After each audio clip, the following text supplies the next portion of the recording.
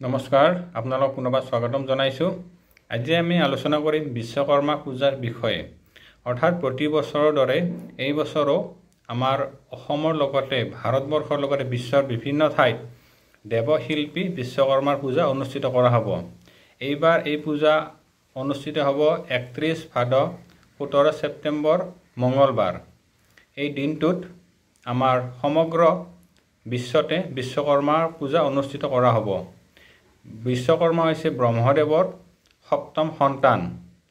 এই পৃথিৱীৰ লগতে স্বৰ্গ আদি কৰি বিভিন্ন ঠাই নিৰ্মাণ কাৰ্য বিশ্বকৰ্মাৰ হাতেৰে সম্পন্ন হোৱা বুলি শাস্ত্ৰত উল্লেখ আছে।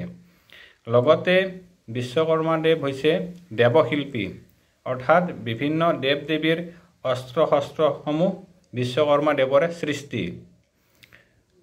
শাস্ত্ৰত উল্লেখ আছে যে আমাৰ ভাৰতবৰ্ষৰ প্ৰাচীন বিভিন্ন মন্দিৰৰ লগতে লংকা, যিটো সোণৰ লংকা আছিলে, সেইখনো বিশ্বকৰ্মা দেৱে স্থাপন কৰিছিলে।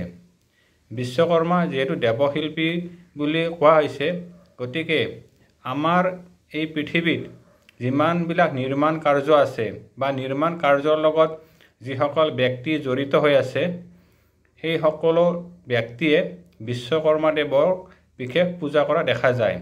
অৰ্থাৎ বিশ্বকৰ্মা পূজাৰ দিনাখন বিভিন্ন কল কাৰখানা লগতে যান বাহনসমূহতো পূজা কৰা নিয়ম আছে।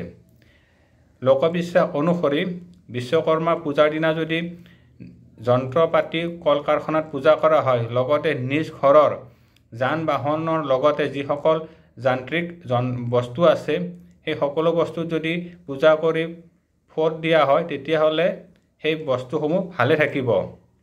লগতে বিশ্বকৰ্মা দেৱৰ বিশেষ আশীৰ্বাদ থাকিব আৰু কল কাৰখানাসমূহত বিশেষ বৃদ্ধি হ'ব। লগতে নিজ ঘৰৰ যিসকল যান বাহন আছে বা ইলেক্ট্ৰিক সামগ্ৰী আছে বা যিসকল আমি যন্ত্ৰ পাতি ব্যৱহাৰ কৰোঁ, সেই সকলোবিলাকতে আমি যদি পূজা কৰি ফোট দিওঁ বা ধূপ ধূনা অৰ্পণ কৰোঁ বা বিশ্বকৰ্মা দেৱৰ নাম স্মৰণ কৰি আমি উক্ত দিন যদি প্ৰাৰ্থনা কৰোঁ, তেতিয়াহ'লে আমাৰ সকলো বৈদ্যুতিক সামগ্ৰীৰ লগতে সকলো যন্ত্ৰ পাতি ভালে থাকিব। গাড়ী মটৰ লগতে আমাৰ বিভিন্ন যিসকল নিৰ্মাণ কাৰ্যৰ লগত জড়িত আছে, সকলো বস্তু ভালে থকা বুলি এটা লোকবিশ্বাস আছে। অৰ্থাৎ বিশ্বকৰ্মা দেৱৰ বিশেষ কৃপাত আমাৰ সকলো দ্ৰব্যসমূহ ভালে ৰাখিব বুলি লোকবিশ্বাস আছে। গতিকে যিসকল ব্যক্তিয়ে যন্ত্ৰ পাতি বা কল কাৰখানাৰ লগত জড়িত আছে, তেওঁলোকে নিজ নিজ প্ৰতিষ্ঠানতো আহি তেওঁলোকে বিশ্বকৰ্মা দেৱৰ পূজা কৰিবই। লগতে আমি ঘৰত কেনেদৰে পূজা কৰিম বা কি ধৰণৰ আমি দ্ৰব্য ব্যৱহাৰ কৰিলে বিশ্বকৰ্মা দেৱৰ বিশেষ কৃপা লাভ কৰিম, সেইসমূহ আজি আমি আলোচনা কৰিম। অৰ্থাৎ এইবাৰ এটা বিশেষ শুভ সময় আৰম্ভ হ'ব, কাৰণ বিশ্বকৰ্মা দেৱৰ পূজাৰ দিনা অৰ্থাৎ 17 ছেপ্টেম্বৰ 31 ভাদ মঙলবাৰ, সিদিনা আপোনাৰ দিনৰ 11 বজাৰ পিছত পূৰ্ণিমা তিথি আৰম্ভ হৈছে। গতিকে উক্ত দিনটো বিশেষ শুভ হ'ব। অৰ্থাৎ দিনৰ 11 বজাৰ পিছত যদি আমাৰ নিজ ঘৰত ধূপ চাকি জ্বলাই বিশ্বকৰ্মা দেৱৰ মূৰ্তি বা ফটোত ফুল মালা অৰ্পণ কৰোঁ, চন্দনৰ ফোট ফুল মালা দি ধূপ ধনা জ্বলাই নৈবেদ্য আগবঢ়াই সেৱা কৰোঁ, তেতিয়াহ'লে বিশেষ শুভ হ'ব।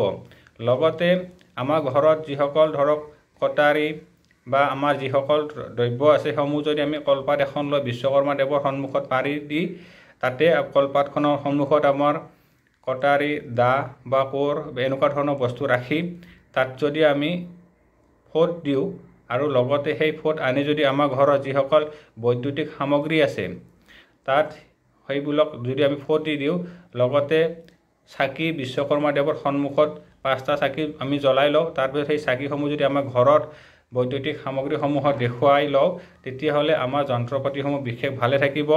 যান বাহনসমূহতো আপোনালোকে ফোট অৰ্পণ কৰি ফুলৰ মালা অৰ্পণ কৰিব আৰু ধূপ চাকি জ্বলাই গাড়ীসমূহ যদি আৰতি কৰে, তেতিয়াহ'লে বিশেষ শুভ হ'ব।